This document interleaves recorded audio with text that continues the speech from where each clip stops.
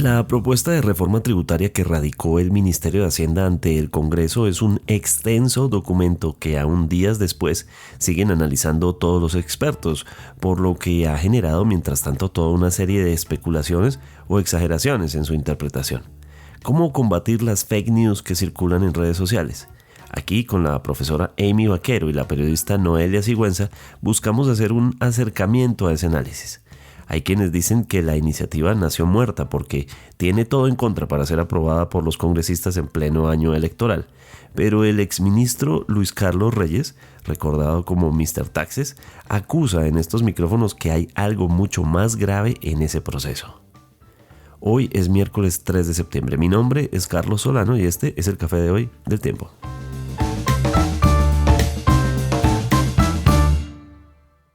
El Tiempo es un medio aliado de The Trust Project.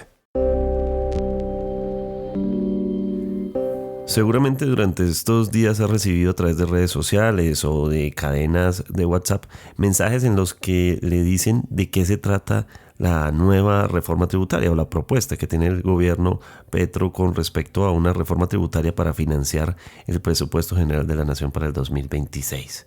Seguro hay alertas, le dicen que va a tener que pagar mucho más, que no va a tener que pagar tanto, que sí le afecta a la canasta familiar, que no. En fin, hay una guerra de mensajes que generan en este punto mucha confusión y desconfianza. Pero es que precisamente cuando fuimos a planear hacer este episodio de hoy, pretendíamos hacer un ABC de la reforma tributaria. Y lo que nos encontramos es que los expertos están todavía analizando el documento. Es difícil aproximarse a todo el contenido, o si hay, como habitualmente ocurría con muchos proyectos de ley, un mico que afecte de alguna manera inesperada a los colombianos. Entonces los expertos lo están analizando, pero buscamos aproximarnos a la esencia general de algunos de los puntos, algunos de los más polémicos y comentados. Estamos con Noelia Sigüenza, quien es subeditora de la sección Economía y Negocios del Tiempo, y también nos acompaña la economista Amy Vaquero, magíster de la Universidad Nacional, Gobernanza, Desarrollo y Política Pública. Lo primero que quiero preguntarles es la esencia de esta reforma tributaria. ¿Cómo entenderla? Y además, ¿a quién va dirigida principalmente la batería de impuestos que prepara esta propuesta? Noelia Sigüenza. La nueva reforma busca recaudar 26,3 billones de pesos a través de diferentes impuestos a las personas y a las empresas. El mayor recaudo vendría del impuesto al consumo. Ahí se busca gravar más el alcohol, donde está el aguardiente, el ron, el whisky, así como los vinos y también el tabaco. De hecho, el propio gobierno ha dicho que con esta medida el precio de los cigarrillos subiría un 57%, así como el de los vapeadores. Otro de los grandes rubros de recursos vendría de ponerle un IVA de 19% a la gasolina y también a la CPM. También se contempla mantener ese IVA de 19% a los juegos de suerte y azar en línea, así como pasar del 5 al 19% la tarifa de los vehículos híbridos. Igualmente, la reforma contempla que los bienes de lujo, tales como los vehículos con valores superiores a $30,000, los yates, aeronaves o las motos de alto cilindraje, quedarían con un impuesto al consumo de 19%. Por ejemplo, para las empresas se contempla una sobretasa de renta de 15 puntos a las instituciones financieras. Además, se propone igualar la sobretasa del sector carbón con la de petróleo y también se busca mantener un impuesto de 1% a la primera venta o exportación de estos dos sectores. Profesora Amy Vaquero. Bueno, el proyecto de ley de financiamiento, que ese es el nombre, es una reforma tributaria, pero va vinculado a financiar precisamente el faltante que tiene el gobierno nacional en este momento para financiar el presupuesto del próximo año. Se presentó hace relativamente poco también el presupuesto, 556 billones de pesos para el año 2026 y al gobierno le está haciendo falta cerca de 26 billones para completar, para tener completamente financiado ese presupuesto. Ese es el fin de esta ley de financiamiento para lograr terminar en el déficit fiscal que tenemos proyectado para final de año, que es 6,2%, que propuso el mismo gobierno cuando activó la cláusula de escape de la regla fiscal. Pues digamos, es bastante ambiciosa. Esta es una de las, digamos, si no la más grande, es una de las últimas reformas más grandes que se han presentado, y en 2030 esperan superar los 37 billones de pesos de recaudo. Eso es un montón de plata. porque muchas de las cosas que se proponen están previstas para que, digamos, trasciendan la anualidad. Son no tanto recurrentes, más permanentes. La ley de financiamiento es ambiciosa, plantea medidas como nivelar el IVA para varios productos distintos, llevar varios al 19%. Esto, digamos, es una recomendación que han hecho expertos desde hace ya un tiempo. La última Comisión de Beneficios Tributarios de 2021 lo planteó para que, no, digamos, para tener como un equilibrio entre todos los bienes. También modifica las tarifas del impuesto de renta a personas y nivela algunas en el caso de las empresas, elimina varias exenciones y tarifas preferenciales. Sobre quién va a pagar, que digamos que creo que sí es la pregunta que todo el mundo se hace. Mucha gente está muy preocupada en redes y en Twitter y demás, pensando desde dónde tienen que empezar a declarar, pagar, cuánto es, que si es 41%, etcétera.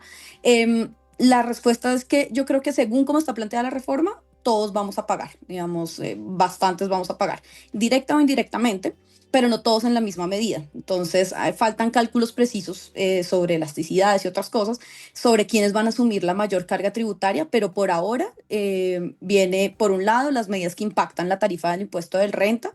Las personas que ganan más de 7 millones de pesos mensuales, más o menos, van a pagar un punto más de lo que pagaban antes. Es decir, antes pagaban 28%, que era su tarifa, ahora van a pagar 29%. ¿Quiénes van a pagar el 41%, por ejemplo? Son las personas que mensualmente tienen ingresos más o menos de 125 millones de pesos. Esas personas ya la tarifa que tenían antes, que era 39%, va a pasar a 41%. Ahí pagan las personas. También hay aumentos en el impuesto al patrimonio, también va, digamos, vinculado a las personas. De ahí se espera un recaudo fuerte, aunque no es una medida como muy bien recibida porque no ha mostrado tantos efectos. Vía consumo, que es donde más se piensa recaudar, pues se están poniendo nivelaciones, se están poniendo impuestos a productos, sobre todo de lujos, a automóviles, carros de más de $30,000, membresías, autos híbridos, bienes y servicios que impactan negativamente la salud pública, como el tabaco, el alcohol. Bueno, entonces nos están diciendo que van a grabar el vino, la cerveza, que lo van a equilibrar, van a subir las tarifas. Las apuestas digitales también se van a nivelar con tarifa del 19% y van a haber impuestos a la gasolina y a la CPM que se vienen en los próximos meses. Y finalmente hay unos impuestos para las empresas, en particular las que extraen carbono y petróleo. Ahí va a concentrarse una parte de eso. Va a haber un impuesto de renta que normalmente para las empresas de 35% lo van a subir al 50% para el caso del sector financiero y de seguros. Las iglesias en las actividades comerciales también se sube la renta y van a pagar, en este momento no pagan nada por actividades comerciales, van a pagar a 35% también. De ahí vienen principalmente los ingresos, creo. Y ahí pues vemos que todo el mundo paga, empresas, personas naturales, las personas en los topes de ingreso, etcétera, etcétera. Uno de los temas que ha generado más polémica en esos mensajes de redes sociales es si la reforma tributaria toca la canasta familiar directamente o indirectamente. La economista Amy Vaquero. Directamente la reforma no toca los productos de la canasta familiar. Eso es como un acuerdo tácito entre el presidente y el ministro de Hacienda. Lo ha sido explícito, digamos, y vocal en decirlo, en recordarlo, pero puede que indirectamente, como lo menciona, sí hayan algunos impactos o algunos efectos. Como hay eliminación de los tratamientos preferenciales de los combustibles, por ejemplo, eso implica que tal vez los precios del transporte, sobre todo de alimentos y de carga y demás, aumenten. Ahora, ¿qué dice el gobierno? El gobierno dice, yo no lo estoy subiendo tan rápido, le voy a hacer una subida primero en 2026 y luego allá en 2027 sí le termino de llevar todo al 17% para que la CPM pague completo. La respuesta ante eso, que preocupa un poco, es que el próximo gobierno, no este, sino el próximo gobierno, y es que esta reforma, yo creo que hay que mencionarlo, toca mucho al próximo gobierno que venga, que tiene muchas inflexibilidades presupuestales y también tiene unos faltantes. El próximo gobierno tiene la tarea, políticamente costosa pero importante, de revisar qué hace con los subsidios de la CPM en el FEPEC. Entonces, si los subsidios se desmontan el otro año y además les ponemos una tarifa del 10% en este momento, puede que el otro año los precios de la CPM se incrementen un montón y por esta vía indirecta de costos de transporte y demás terminen afectando los precios de los alimentos. La inflación hoy todavía no está controlada, entonces eso puede ser un problema futuro que se venga el próximo año si no se maneja, digamos, muy adecuadamente. Si esta es una medida pensando en que no se van a desmontar los subsidios y que eso es muy difícil, entonces mejor los grabamos, uno podría pensar que el impacto tal vez no sea tan alto, pero que puede haber algún impacto. Y eso es importante.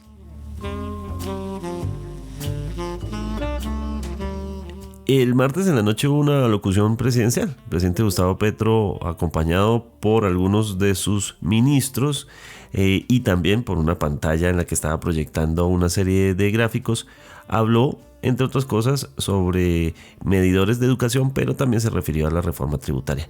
Y entre los puntos que dijo sobre la reforma tributaria o ley de financiamiento, dijo lo siguiente. La reforma tributaria, que claro, pueden decir que no la aprueban y meterán a Colombia en el abismo, los que hagan eso, pues no lo hacen es porque no quieren ponerle impuestos a los ricos.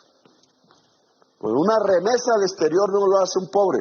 La remesa del exterior a Colombia lo hace un pobre, que ya le pusieron impuestos el señor Trump. Cuando nosotros decimos impuestos a los vehículos de alta cilindraje, le ponemos impuestos a la gasolina, sí, pero el pobre no usa casi la gasolina.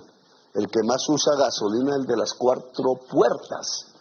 Le ponemos impuestos a la renta de la banca, pues claro, porque la utilidad de los banqueros es el producto del trabajo de los demás colombianos. Le ponemos impuesto a la generadora eléctrica, pues claro, porque con las tarifas de energía eléctrica se están robando literalmente a toda la sociedad colombiana, y el cambio de tarifa que hizo este gobierno solo va a operar a partir del 2027 y esperan elegir un gobernante del pasado vendido a las generadoras para cambiar la fórmula. Bueno, ¿para qué se usan los impuestos? Pues para elevar sustancialmente el gasto en educación y salud de la gente. Retomemos entonces el acercamiento a este documento de ley de financiamiento o reforma tributaria. Noelia Sigüenza, retomando sobre si sí o no toca los productos de la canasta familiar. ¿Qué se puede decir al respecto de esto y del tema de la gasolina? Si bien han circulado varias noticias falsas desde que se presentó, pues el proyecto, por ejemplo, no grava a los alimentos o los conjuntos residenciales, como se ha dicho, los diferentes expertos se aseguran que hay algunos impuestos, como el de la gasolina que mencionas, que acabaría impactando a todas las personas, pues porque los combustibles son en últimas un insumo fundamental para muchas actividades productivas, como es el transporte de carga, el sector del agro o la industria. Por ello dicen que se podría trasladar a los precios finales de la canasta básica. Eso es la canasta básica entonces, pero también están otros temas como el entretenimiento, los conciertos, los eventos públicos. ¿Qué se sabe sobre esto? También ha circulado muchísimo en redes sociales como mensajes sobre si esto va a acabar pues con la cultura. ¿Qué se sabe de ese impuesto? Sí hay un impuesto a los conciertos y otros espectáculos que, por cierto, han sido destacados dentro de los factores de mantener la economía nacional a flote. El mismo gobierno lo ha destacado. Sí, ese artículo quedó incluido en la reforma. El proyecto lo que dice es que se grabarán los servicios de esparcimiento, los culturales y los deportivos, pero eso sí, dice que cuando el precio de la entrada de la boleta sea superior a 500.000 pesos, es decir, no aplicaría en todos los casos.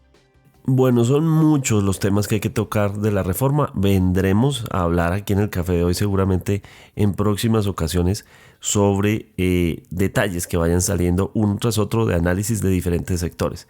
Sin embargo, el gran objetivo que tiene el gobierno es, bueno, va a recaudar más dinero, lo va a lograr. ¿Cuál va a ser el punto o el rubro que le va a permitir recaudar más dinero?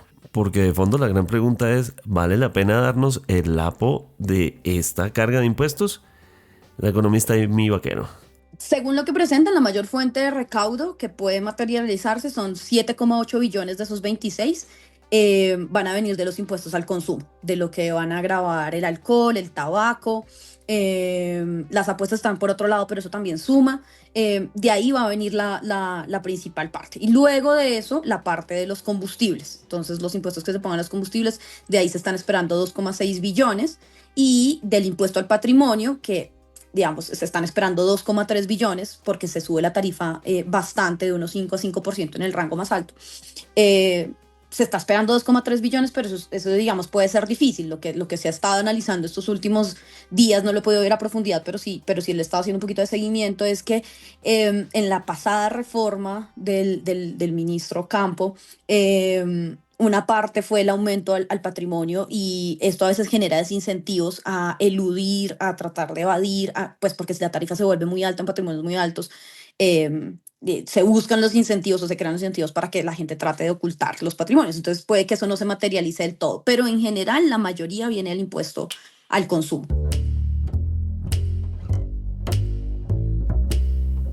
Eso es a grosso modo lo que propone la reforma tributaria. Intentamos aclarar algunos de esos temas sobre los cuales ha habido confusiones y fake news en las redes sociales. Pero no es fácil. Sin embargo, otro de los temas grandes tienen que ver con que, listo, recogemos todos estos impuestos, pero entonces ahí está el tema del recaudo. También de cómo gasta el gobierno, porque esa es una de las críticas que le hace la gente al proyecto. Por eso, en temas de impuestos y de recaudo, quisimos invitar a un experto, al exministro de Comercio, Luis Carlos Reyes, recordado precisamente como Mr. Taxes por sus apariciones en redes sociales, y quien pues también tiene un punto de vista muy crítico sobre cómo está este escenario, porque hay gente que dice que este proyecto está pues tiene un camino muy difícil enfrente. Entonces, bienvenido, doctor Reyes, a El Café de hoy.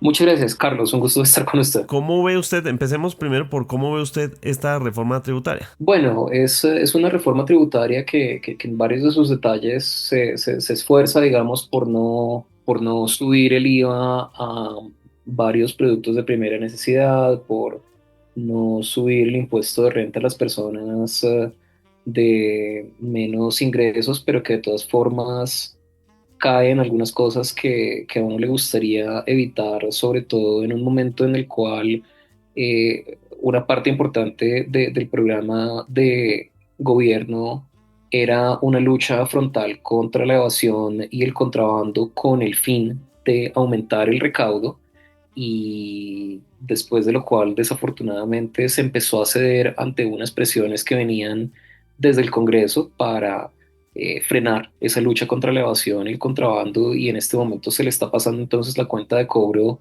de las mayores necesidades financieras del Estado a algunas personas que no son las más necesitadas de la sociedad, pero que de todas formas no son las que deberían llevar ese peso. Me refiero, por ejemplo, a los asalariados que ganan más de 8,7 millones de pesos al mes, que es cierto en el contexto de la distribución colombiana del ingreso, son personas de ingresos más altos que la mayoría de los colombianos, pero que de ninguna manera están mandando su plata a paraísos fiscales, ¿sí? O personas que van a pagar impuestos adicionales por el consumo de productos que de pronto no serán de primera necesidad, pero que consumen personas de todos los estratos, como la cerveza, como distintos tipos de licores. Se quitan algunos beneficios que creo que habían sido una buena decisión de la reforma tributaria que hicimos en 2022, como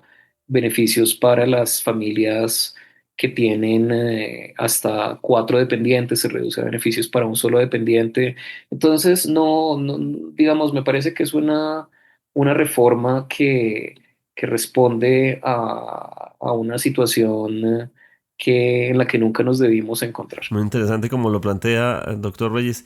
Pero usted en Twitter ha dicho hoy durante este martes varias cosas, y una de esas es que de todos modos, mientras, dice usted, sigan los mismos en las comisiones económicas, sigan los mismos detrás del escenario del recaudo, las cosas no van a funcionar. Cuénteme un poquito sobre eso. Claro, es más, algo preocupante es que incluso pueden cambiar los personajes, pero el mismo drama se repite. O sea, lo que nosotros, a ver, ¿qué pasa? En este momento están siendo investigados por la Corte Suprema el exministro de Hacienda de este gobierno, el exministro del Interior de este gobierno, por una operación criminal para comprar votos en el Congreso. Y pues esto no se lo inventaron ellos, esto es algo que viene ocurriendo desde hace décadas. Quizá fueron especialmente torpes en la ejecución de los delitos que presuntamente cometieron, pero lo cierto es que esta es la manera en que se ha manejado el Congreso. ¿Cuál? Me refiero. Dar en esas comisiones económicas contratos a congresistas, puestos a congresistas, incluyendo puestos en las aduanas, a cambio de pasar las leyes. Y mientras opere este sistema así, van a ocurrir dos cosas. Una, es muy difícil luchar contra la evasión y el contrabando si parte de lo que se negocia en las comisiones económicas del Congreso es poner fichas de la evasión y del contrabando en la DIAN, cosa que yo, digamos, presencié de primera mano cómo trataban ellos de imponerlos y cómo después de mi salida lo lograron. Eh, y por otro lado, también se negocia la dilapidación de recursos públicos, que aumenta esa necesidad de recaudo y además, al, al haber llevado todo esto en el transcurso de las décadas a un sistema presupuestal especialmente opaco, pasa que incluso la plata que no se roban en las comisiones económicas del Congreso y en el resto del Congreso, que también accede con alguna frecuencia a estos cupos indicativos, se llama todo este sistema, eh, la plata que queda no se utiliza bien porque el presupuesto no está diseñado para facilitar la planeación del uso de los recursos, sino para esconder el desvío de los recursos públicos. Entonces esto nos aumenta el gasto más allá de lo necesario, por un lado, y por otro, por las razones que mencionaba anteriormente, esa transigencia con la evasión y el contrabando nos reduce los ingresos y nos crea esta brecha que estamos presenciando ahora y que puedes solucionarla diciendo que las personas que ganan más de 8,7 millones son las que están escondiendo la plata en paraísos fiscales, pues que no es cierto. También sí me parece que es una visión política muy limitada. De acuerdo, todo eso que usted está comentando hoy, que ha hecho claro en los últimos meses, le ha costado a usted una posición porque, digamos, lo puso en una situación muy incómoda con el gobierno, lo puso en una situación muy incómoda con la gente que en algún momento lo rodeaba también. Pareciera que esos problemas de corrupción van a estar ahí por siempre. Pareciera que nos hubieran perseguido a lo largo de todos los gobiernos. Pareciera que no tuviéramos forma de salir de eso, ¿o sí? Creo que sí tenemos forma de salir de eso, pero tenemos que ser muy conscientes de que la solución a estos problemas es política incluso más que técnica, ¿sí? Hay gente que dice, no, es que realmente lo que necesitamos es cambiar el software de la DIAN de tal manera. No, lo que pasa es que necesitamos eh, poner tales medidas de lucha contra la evasión. No, lo que pasa es que toca hacer tal o cual cosa y realmente, pues yo creo que cualquier director de la DIAN que esté medianamente bien informado tiene o rápidamente accede al conocimiento de qué es lo que hay que hacer. Lo que pasa es que los obstáculos para hacerlo, como desafortunadamente lo presencié de primera mano, vienen es del lado político y la solución a esto es política. Y creo que la solución política requiere una visión política ambiciosa, requiere cambiar la manera en que el Ejecutivo negocia con el Legislativo, ¿sí? Porque es que no es solo, digamos, que en este gobierno los exministros Bonilla y Velasco y otros hayan negociado a punta de contratos y de puestos con los congresistas que se les aprobaron algunas reformas pero no es que haya sido como eso ocasionalmente, es que muchísimas cosas desde que yo me imagino muchos de los que escuchan tienen memoria política, se han pasado con la misma metodología, incluso cosas cercanas al corazón de muchos de nosotros, pero el acuerdo de paz en el Congreso se aprobó con esa metodología. También en su momento la aprobación de la reelección se pasó con ese manejo de Congreso. Y lo que necesitamos entonces es que en el futuro las relaciones entre el Ejecutivo y el Legislativo se manejen de una manera distinta, en la cual el debate presupuestal sea transparente y a los congresistas se les permita sacar pecho por lo que hacen por sus regiones, pero también al poder sacar pecho por lo que hacen por sus regiones, se les dé la responsabilidad política de lo que está fallando en esos contratos que hoy en día llevan y en parte roban, y que nadie puede identificar exactamente cuál fue el congresista del que es culpa esto hasta que ya es demasiado tarde y es porque lo cogen y es porque no fue hábil, ¿sí? Necesitamos un sistema de negociación entre el Ejecutivo y el Legislativo en el cual esa negociación presupuestal sea transparente, esté sobre la mesa para que haya consecuencias políticas para los que incurren en cualquier irregularidad, mientras se siga haciendo bajo la mesa con un presupuesto que está hecho para desviar recursos, es un sistema presupuestal que oculta lo que se hace con la plata más que dejarlo claro y que además nos dificulta la planeación, pues vamos a seguir en esta situación. Usted habla sobre esas cosas que pasan bajo la mesa. De todos modos hay otras que pasan sobre la mesa.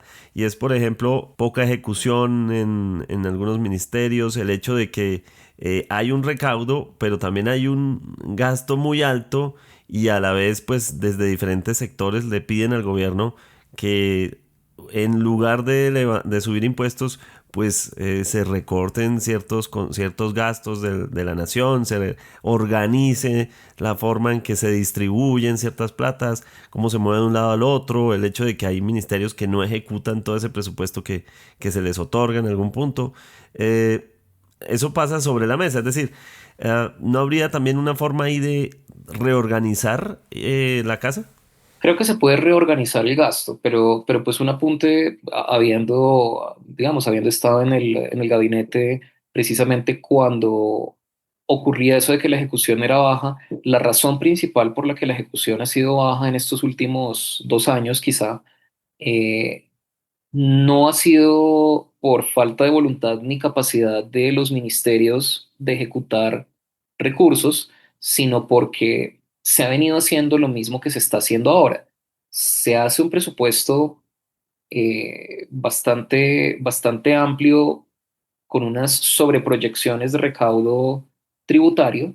eh, con la plena conciencia de que eso no se va a lograr para luego, durante el transcurso del año, llegar y aplazar digamos, la distribución de esos recursos a los ministerios, que es una manera de no darles toda la plata que se prometió, ¿sí? Y entonces, pues es muy difícil ejecutar plata que uno no tiene, que uno no puede girar. Eh, y eso también ha sido por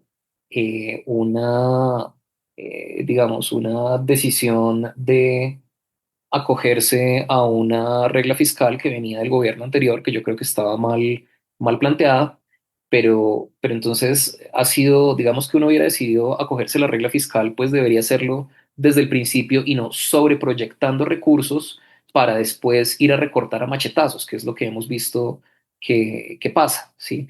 Entonces hay un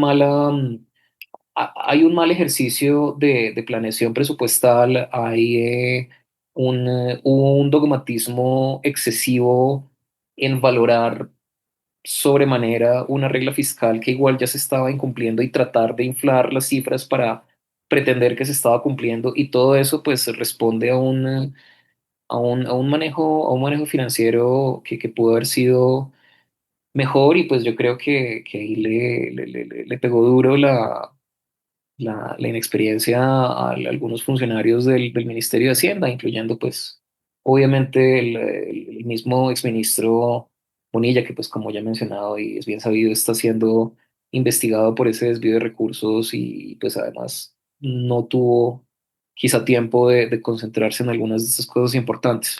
Otra cosa es que, digamos, esto ocurre casi que en el año electoral, estamos ya entrando en esa fase en la que el Senado también va a activar como ciertas frenos o ciertas, digamos, maneras de actuar frente a una propuesta como esta, que tiene algunos puntos como grabar temas de iglesias, como ciertos impuestos que suenan complicados, es un momento en el que muy probablemente un senador no va a querer, digamos, dilapidar su capital electoral, tal vez aprobando una reforma tributaria que va a ser impopular como cualquier otra reforma tributaria.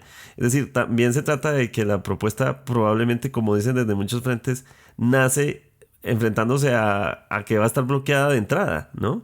De acuerdo, igual que pasó con la reforma tributaria que se planteó el La año anterior. pasado, si pasó con esa, que era menos ambiciosa y que estaba más lejos de las elecciones, creo que esta nace aún más muerta. Es una propuesta que en efecto contiene unas medidas mm, inconvenientes políticamente, menciona eso. Por ejemplo, yo nunca he entendido esa fijación de ciertos sectores con los impuestos a las iglesias, ¿sí?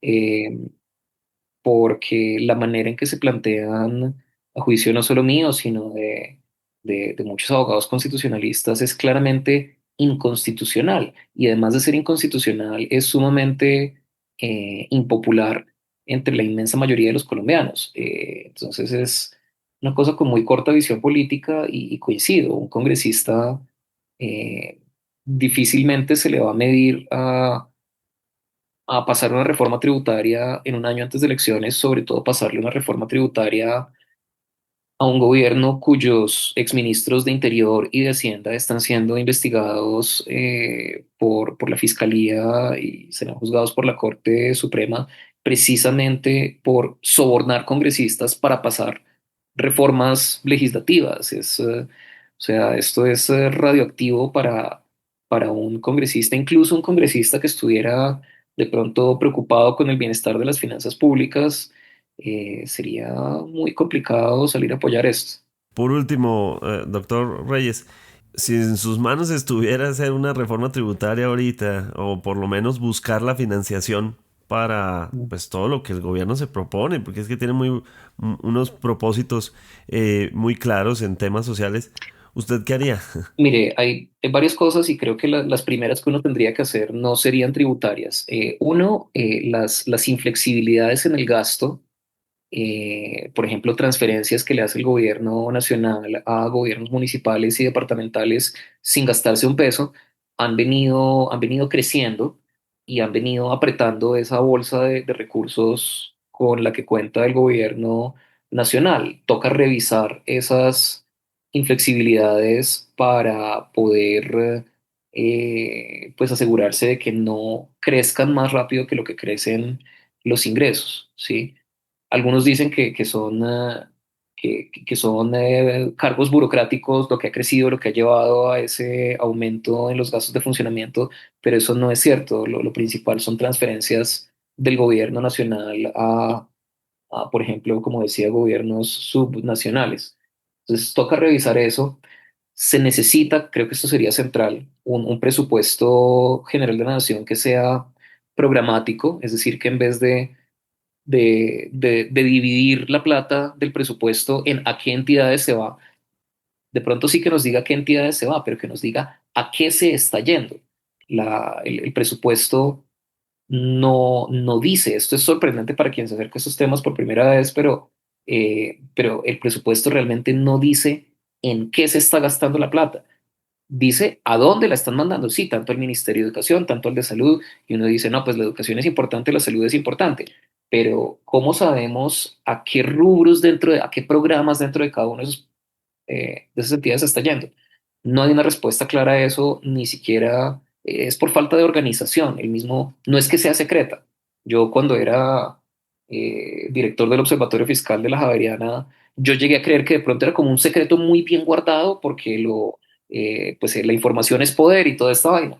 Pero ya se lo digo habiendo estado sentado en el Consejo de Ministros, habiendo escuchado al presidente, al ministro de Hacienda y el director de Planeación Nacional tratando de entender las cosas, la información no está, ¿sí? Entonces, pues así no es sorprendente que se nos vaya más plata que la que se necesita para las funciones que se están cumpliendo. Entonces no es solo llegar con la voluntad de recortar a machetazos. Hay algunas personas que piensan que ese recorte va a ser fácil si tienen la oportunidad de hacerlo, pero hay que recortar con escalpelo. O sea, son incisiones quirúrgicas y lo primero es entender bien cómo está el paciente y nadie en un ambiente en el cual las finanzas públicas se han orientado tanto hacia facilitar el desvío de recursos por parte del Congreso, dizque para facilitar la gobernabilidad, hemos terminado no sabiendo bien qué se hace con la plata. Entonces, lo primero es aclarar qué se hace con la plata.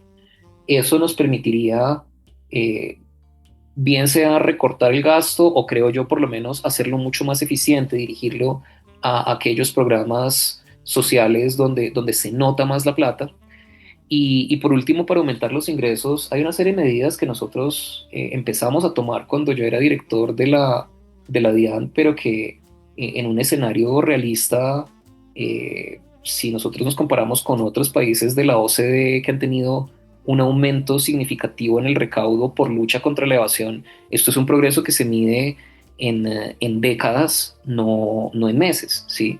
Y desafortunadamente, aunque nosotros alcanzamos a echar las bases de varios de estos programas, de estas iniciativas que en otros países fueron exitosos, los intereses del contrabando y la evasión, que desafortunadamente a estas alturas ya tengo que reconocer, ganaron la batalla política, llegaron muy rápido a ponerle fin a esos esfuerzos. Le doy un solo ejemplo, hay bastantes, pero le doy uno. Algo muy sencillo era controlar mejor lo que entra al país en importaciones para frenar el contrabando. Y esto requería el rediseño de un formulario que es el formulario de declaración de importaciones. Esto es un sistema sencillo, esto es un Google Forms glorificado, se llama el sistema SIGA. Nosotros teníamos las cosas listas para que saliera a más tardar en 2024. Ya estamos en 2025, no ha salido, y el que no haya salido se está utilizando como argumento para volver a un estatuto aduanero previo al que nosotros reformamos, que facilitaba en vez de impedir el contrabando, ¿sí? Y esto son cuestiones de oposición política a la lucha contra la evasión y el contrabando. Entonces, mientras nosotros no removamos esos obstáculos políticos, pues esto va a seguir ocurriendo. Y entonces es un tema de cambiar la manera en últimas en que se relaciona el Ejecutivo con el Legislativo. Vuelvo a eso. Nosotros, para solucionar tanto la racionalización del gasto como el aumento de los ingresos, necesitamos entender que toda la técnica va a fallar ante unos intereses políticos persistentes que están encontrados con el interés común.